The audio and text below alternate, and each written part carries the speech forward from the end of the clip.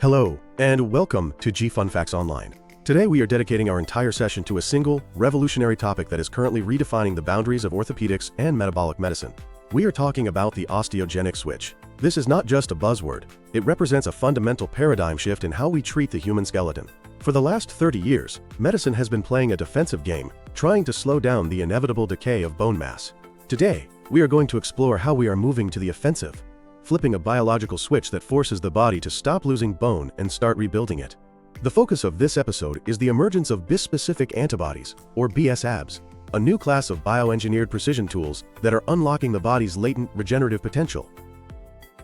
To understand why this is such a massive breakthrough, we first need to look at the silent crisis happening inside the skeletons of millions of people right now. We often think of osteoporosis as an old person's disease, but the medical community describes it as a pediatric disease with geriatric consequences. The architecture of your bone is determined in your youth, and by the time a patient suffers a fragility fracture, like a wrist snapping from a simple stumble or a hip fracture from a fall, the internal microscopic structure of their bone is already in advanced ruin. For decades, the gold standard of care has been anti-resorptive therapy. You might know these as bisphosphonates, like alendronate, or RANKL inhibitors, like denosumab. To understand how these work, you have to picture the bone as a construction site. You have the demolition crew, the osteoclasts, which eat away old bone, and the construction crew, the osteoblasts, which lay down new bone. In a healthy body, these two crews work in perfect sync. In osteoporosis, the demolition crew works overtime. Anti-resorptive drugs work by essentially firing the demolition crew. Bisphosphonates bind to the bone mineral itself and poison the osteoclasts when they try to eat it. RANKL inhibitors block the chemical signal that tells the demolition crew to show up in the first place. This strategy works to a degree. It stops the bone density from dropping further, but it has a fatal flaw. It does not build new bone.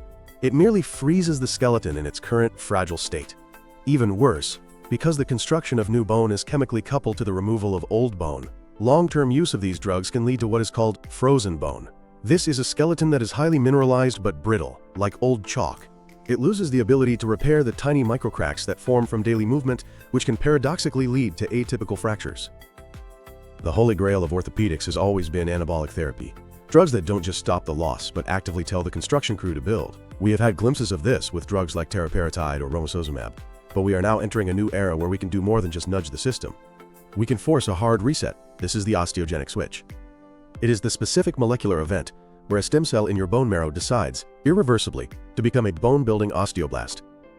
We now know that this switch is guarded by a complex security system known as the WNT signaling pathway. The WNT, that is WNT, beta-catenin pathway, is the evolutionary on switch for bone formation. When WNT signaling is active, a protein called beta-catenin accumulates inside the cell and travels to the nucleus, where it turns on the genes for bone formation.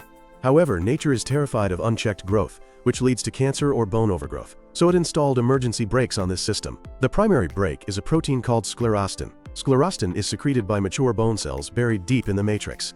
It rises to the surface and blocks the receptors that receive the WNT signal.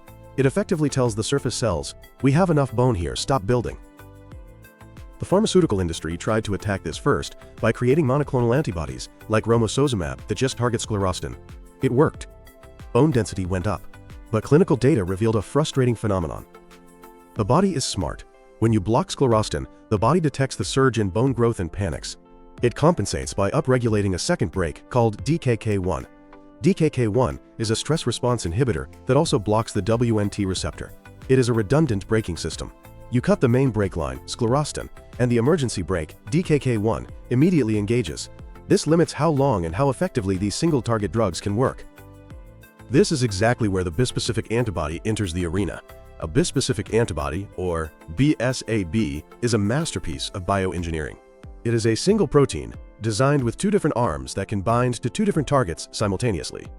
In the context of the osteogenic switch, scientists have designed antibodies where one arm grabs sclerostin and the other arm grabs DKK1. This is known as the double lock strategy. By tethering both inhibitors simultaneously, these drugs achieve synergistic disinhibition. It removes the steady-state inhibition from sclerostin, and crucially, it prevents the compensatory feedback loop from DKK1. The result is not just additive, it is synergistic. The WNT pathway is activated more robustly and for a longer duration than was ever possible with previous therapies.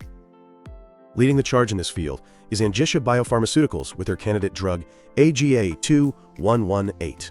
As of early 2026, the data coming out of their clinical trials is validating this theoretical model in a big way. In late 2024, at the American Society for Bone and Mineral Research, Angitia presented first-in-human data that was striking. Patients receiving AGA2118 showed a rapid increase in markers of bone formation, like P1NP, and a simultaneous decrease in markers of bone resorption, like CTX.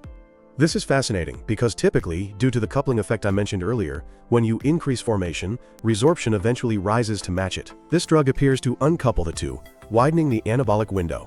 This allows for massive gains in bone mineral density. The engineering behind these molecules is incredibly sophisticated. They use a humanized IgG backbone to ensure the drug stays in the body for a long time, allowing for monthly or even quarterly dosing. The variable regions, the tips of the antibody that do the grabbing, are fine-tuned. The arm-targeting sclerostin is often designed with high affinity because there is a lot of sclerostin in the bone environment. The arm-targeting DKK1 catches the circulating inhibitors. But the application of this technology goes beyond just treating osteoporosis in the elderly. Angitia is also developing a candidate called AGA2115 for Osteogenesis Imperfecta, or brittle bone disease. This is a genetic disorder where the collagen in bone is defective, leading to hundreds of fractures over a lifetime. We cannot easily fix the genetic defect in the collagen, but with bispecific antibodies, we can force the body to produce significantly more bone to compensate for the poor quality. Because this disease affects children, the safety profile is paramount. The dual inhibition strategy allows for potentially lower doses of the antibody to achieve the same effect as a high-dose single-target drug, reducing systemic risks. Speaking of safety, there is another frontier in bispecifics called bone homing. One of the risks of turning on the WNT pathway is that it is used by other organs, like the colon or liver. We do not want to flip the growth switch in the gut. To solve this, researchers are developing bispecifics, where one arm targets the therapeutic pathway, and the other arm targets a bone-specific protein, like hydroxyapatite itself. This acts like a guided missile. The drug circulates inertly in the blood until it latches onto the bone matrix. Only then does the local concentration rise high enough to flip the osteogenic switch. This avidity effect drastically improves the safety margin. Looking even further into the future, beyond antibodies, we are seeing the discovery of new receptors like GPR133. Identified in late 2025, this receptor acts as a mechanosensor on osteoblasts. It is the sensor that tells your bones you are exercising. Scientists have found small molecules that can artificially trigger this receptor, mimicking the effect of intense exercise. Future protocols might involve a triple-threat approach: a bispecific antibody to lower the chemical barriers of sclerostin, and one Danish crone, combined with a GPR133 agonist to simulate mechanical load. This could theoretically regenerate bone in completely bedridden or paralyzed patients who cannot generate mechanical signals naturally. For the patient, this new era represents a transition from management to cure. The old regimen involved weekly pills that caused heartburn and yearly scans, hoping the bone density hadn't dropped too much. The new regimen, empowered by bispecifics, looks like a build-and-lock strategy. A patient might undergo a build phase of 12 months with a bispecific injection, restoring their bone density to levels they had in their 40s, a feat that was biologically impossible with previous drugs. Once that density is restored, they enter a maintenance phase, where a standard drug locks in the gains. The era of merely slowing down the decline is over. By understanding the intricate redundancy of the WNT signaling pathway and engineering macromolecules that can outsmart the body's natural brakes, biotechnology has provided a lifeline. We are witnessing the dawn of regenerative orthopedics, where the skeleton is no longer viewed as a crumbling scaffold to be patched, but as a living, renewable resource to be fully restored. That wraps up our deep dive into the osteogenic switch. The science is moving fast, and the implications for human longevity and quality of life are profound.